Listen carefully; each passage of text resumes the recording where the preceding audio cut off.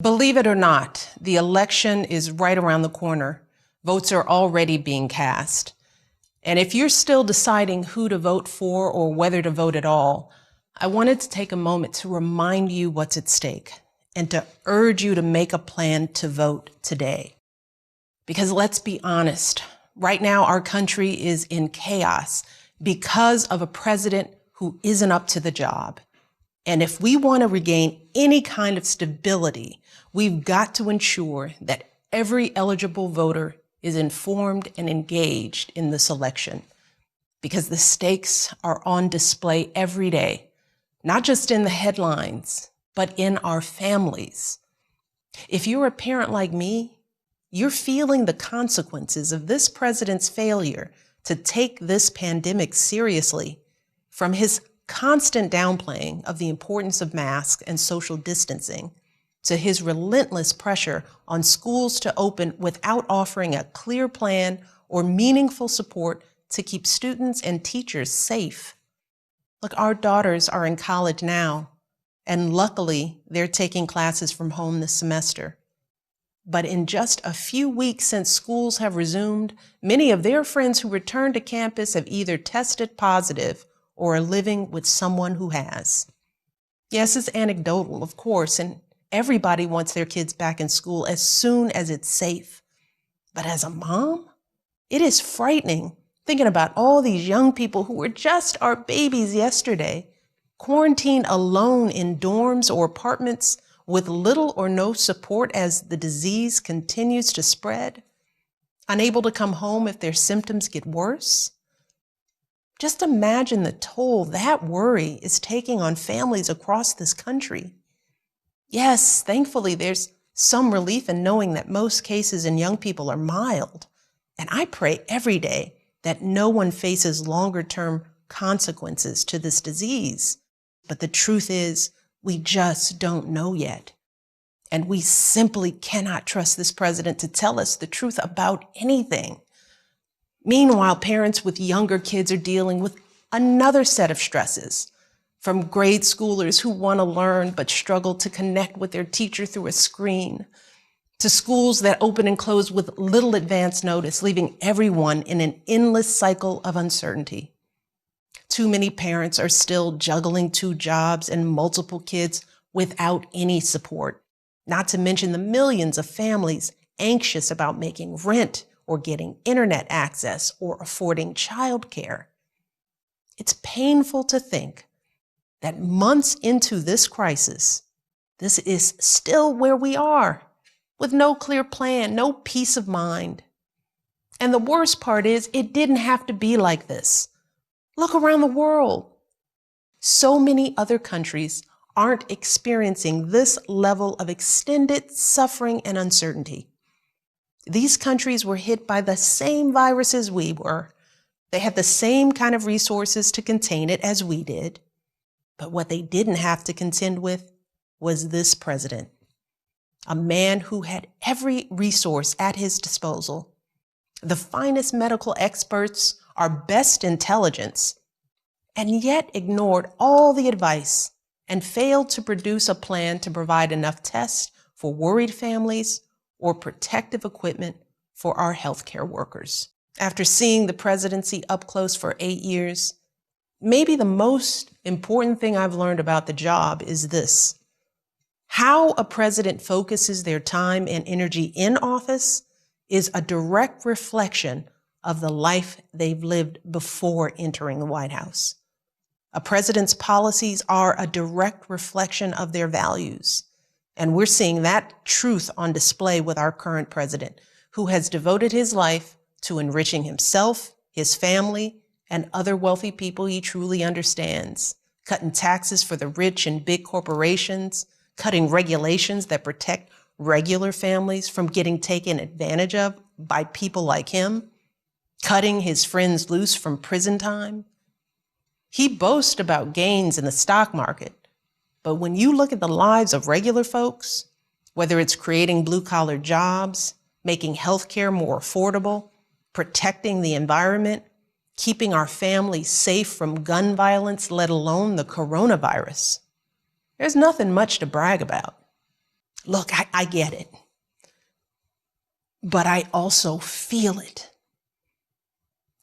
As a Black woman who has, like the overwhelming majority of people of color in this nation, done everything in my power to live a life of dignity and service and honesty, the knowledge that any of my fellow Americans is more afraid of me than the chaos we are living through right now, well, that hurts.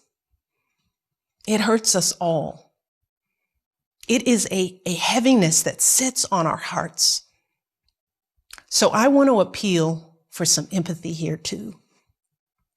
I want everyone who is still undecided to think about all those folks like me and my ancestors, the moms and dads who worked their fingers to the bone to raise their kids right, the teenagers who wear hoodies while working hard to get their diplomas, the millions of folks who look like me and fought and died and toiled as slaves and soldiers and laborers to help build this country.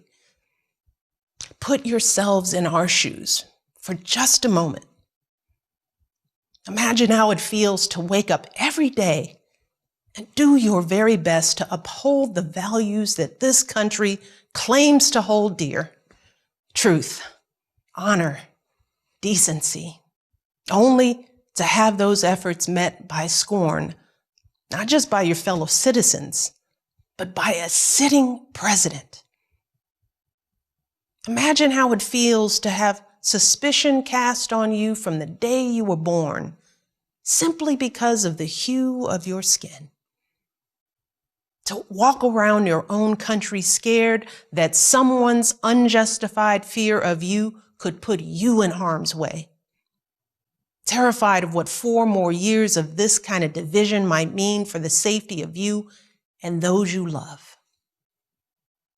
Living with the knowledge that no matter how hard we try, how much good we do in the world, there will be far too many who will never see our humanity, who will project on us their own fears of retribution for centuries of injustice, and thus only see us as a threat to be restrained. And we know what happens next. A racial slur from a passing car, a job promotion that never comes, a routine traffic stop gone wrong, maybe a knee to the neck. Racism, fear, division. These are powerful weapons, and they can destroy this nation if we don't deal with them head on. So I want to ask every single American, no matter what party you normally vote for, to please take a moment to pause. Click off the news. Think about how you felt over these last 4 years, how quickly things have turned. And then think about what the next 4 years could mean for our country's future.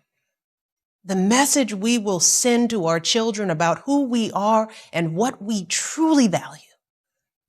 Think about what would possibly compel you to accept this level of chaos, violence, and confusion under this president and be willing to watch our country continue to spiral out of control.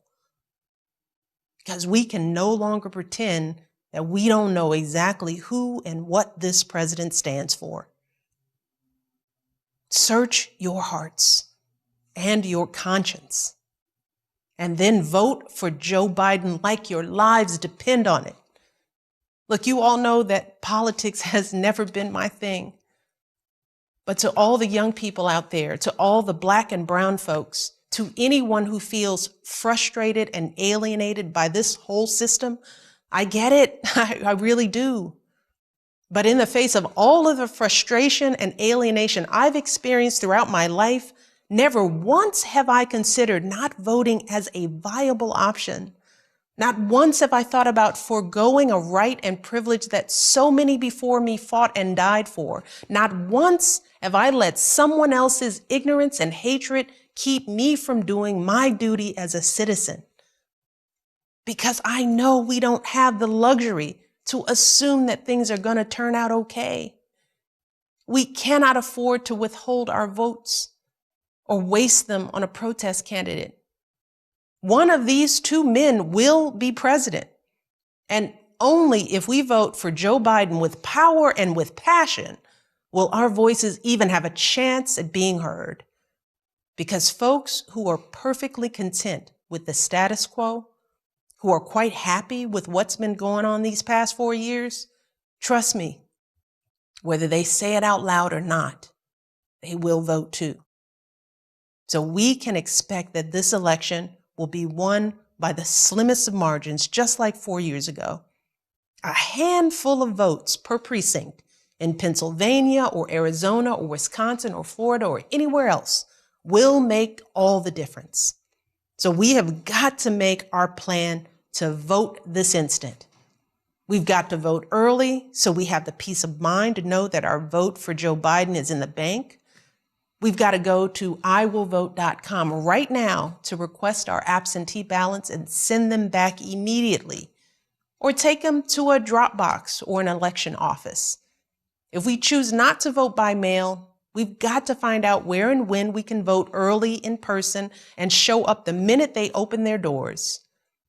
We've got to set aside time to vote on Election Day so that we don't get too busy. And we've got to reach out to others, starting in our own backyard.